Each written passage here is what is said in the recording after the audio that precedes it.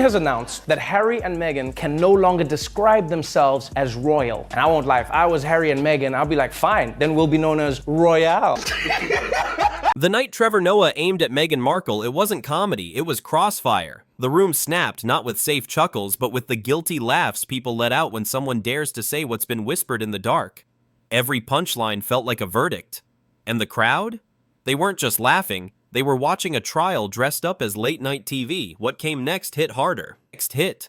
Harry and Meghan are leaving the palace to become financially independent. And you see, this is what happens when you bring the first black woman into the royal family. Noah didn't stroll out to joke about the royals' Netflix circus. He came swinging, scalpel sharp, slicing through the noise with precision. His timing hit like a weapon, his global view cutting deeper than any British or American comic dared. This wasn't stand-up, it was cross-exam, and every line tightened the noose. The real sting? He'd only just started. No more following Granny's rules. Don't wear your pants on your head, Harry. Don't bath on the butler, Harry. If I want to play polo in my living room, who's gonna stop me? Stop that. Right away, Meg. For so long, Meghan could paint her doubters as envious, cruel, or prejudiced. But that night, the defense cracked. Trevor Noah, himself an outsider, himself a success, stepped into the role of executioner. He didn't joke. He unbuilt her carefully crafted story, pulling away each polished brick of her public mask. Behind every sly grin, his words left fractures too wide to ignore. The audience wasn't merely entertained, they were awakened. And once eyes open to the truth, they never close again. Yeah, she looked at Harry and she's like, nigga, you need to get a job. You a grown-ass man, you can't still be living in your mama's house, Harry. Trevor Noah's first blow was one Meghan's strategist never prepared for. He chose race, the ground she believed untouchable, the card she thought secured. Others avoid it, afraid of the weight. But Noah, shaped by South Africa's history and his own journey across continents, stepped in without fear. He pulled back the curtain on the coded whispers around her name, then turned the blade, exposing how she twisted those same narratives for her own gain. The laughter turned sharp, because everyone knew the strike had landed.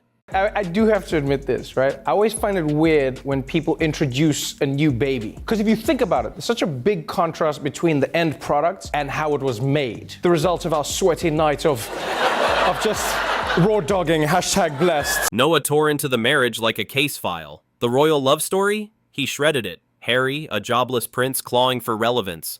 Meghan, the master networker who hustled her way straight into a palace. The knockout came fast. Noah picturing Harry begging for cartoon voiceover gigs while Meghan worked the crowd like a pro. The fairy tale was gone. What stood was hustle, desperation, and a room that couldn't stop laughing. The question is, if Harry and Meghan come to America, where they're gonna live? Everyone wants to know. I think they'll move to LA because Meghan is an actor, and then she's gonna wanna work again, and then Harry can just join the cast of Real Housewives of Beverly Hills. Yeah, just be like fighting on TV. I know what you said about me, did he? Say it to my face. What Noah painted wasn't just amusing, it was devastating. The royal couple, once cast as victims of a merciless machine, now stood exposed as desperate stars chasing the last flicker of fame.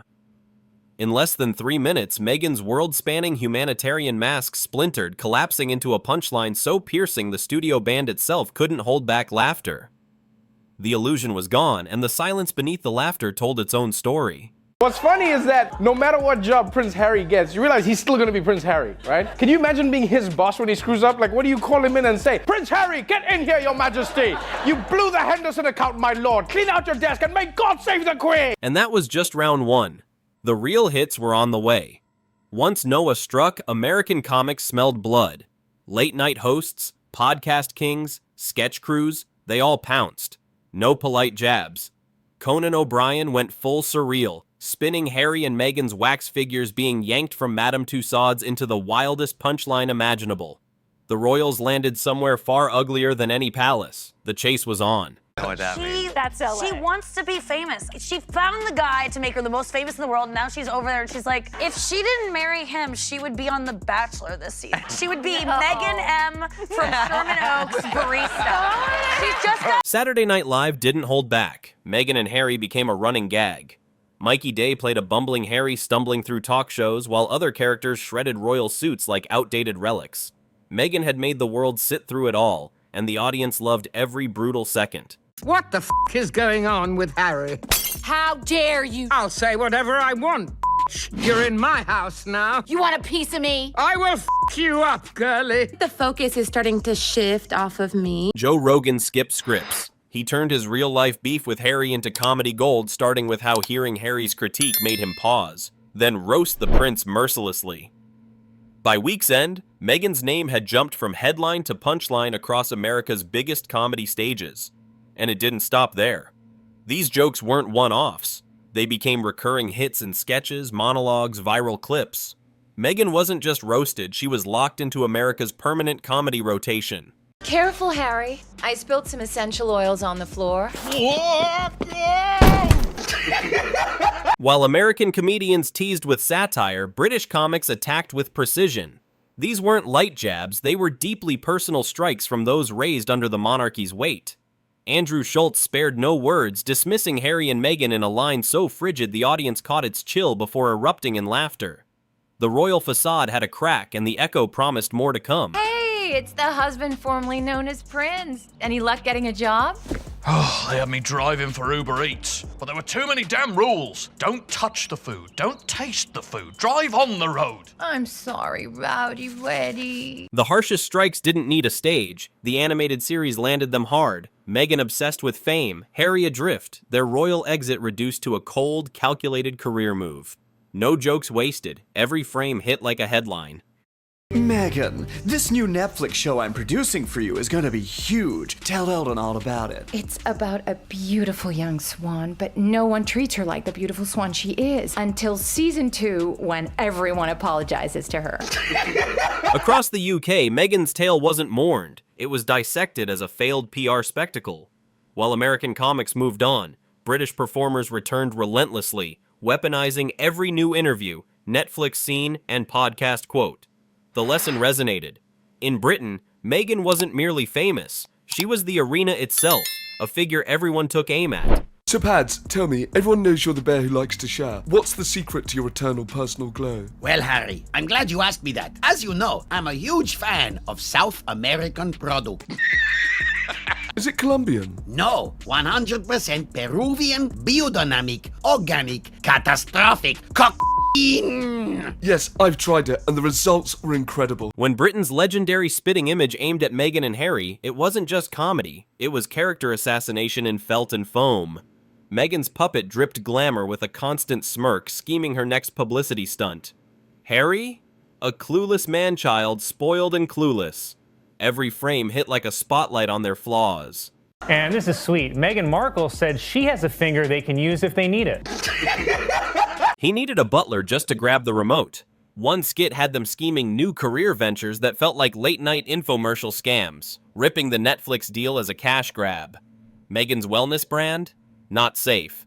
Nothing escaped the satire's reach. In one skit, Meghan hawked unappetizing smoothies, so vile even the puppets gagged. Spitting image revealed truths human comedians couldn't touch, shrouding harsh commentary in absurd visuals. It went beyond mocking wealth, spotlighting the tension between their public narratives of struggle and a life of private jets, mansions, and elite circles. For viewers, the satire captured an unerasable truth. Meghan and Harry were post-royal parody incarnate. And unlike a monologue that vanishes in hours, these clips persisted online, accumulating millions of views and embedding their caricature into culture permanently. Said Meghan Markle is, of course, a lifelong feminist, which she's demonstrated by marrying a prince and giving up her job. The card he's playing is, I'm a victim, and you go, no, you're not a f***ing victim. If British comedy had been ruthless, Jimmy Carr's joke flipped the switch to full-blown controversy. Known for boundary pushing, he strode on stage dripping confidence, knowing exactly how far he'd go, and going anyway. Setup? Lightning fast. No nuance, no hiding. Punchline? Scandalous. He mined fears deep in Britain's psyche, tossing in a royal succession reference that made the audience roar and freeze, realizing just how close he'd cut to the bone. Opportunity is everything. The clip went viral, igniting a fierce divide. Supporters said it was biting, necessary comedy. Critics condemned it as reckless, planting dangerous images in the public mind. Columns, radio panels, TV debates, they all weighed in. Yet the real twist was the backlash itself. It cemented the joke, turning it from a fleeting gag into the defining too-far moment in Meghan and Harry's post-royal narrative. That line in the sand proved it. The comedy world wasn't just joking. They'd made Meghan and Harry a cultural flashpoint. When pros were done, the internet didn't just watch, it took over. TikTok, YouTube, Twitter became 24/7's roast arenas, chopping, remixing, and turning clips of the couple into relentless bite-sized parodies. Like working hard. This woman is being paid millions of dollars to show how to cut into a pineapple. The spark? One tiny awkward moment in Meghan's Netflix series, correcting Mindy Kaling's name. Blink and you'd miss it. But creators slowed it down, looped it, captioned it, and turned it into a viral meme. Overnight, Meghan's face was everywhere, pasted onto every overcorrection scenario imaginable. Then the parody cooking videos arrived, skewering her glossy lifestyle segments. Immaculate kitchens, luxury aprons, advice so impractical it became comedy.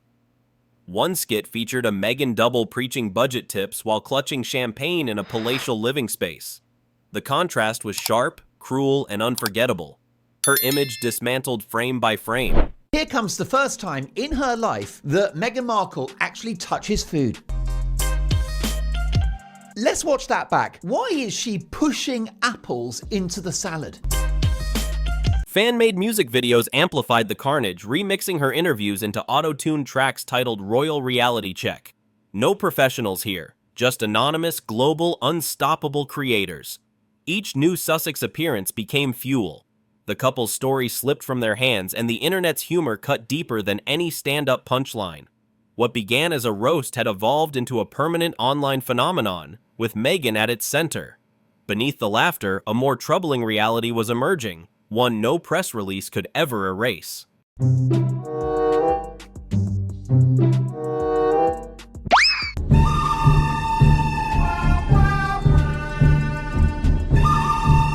They had become more than targets. They were symbols of glaring contradiction. On one side, they claimed media persecution. On the other, they monetized access to their private lives through interviews, Netflix specials, and book deals.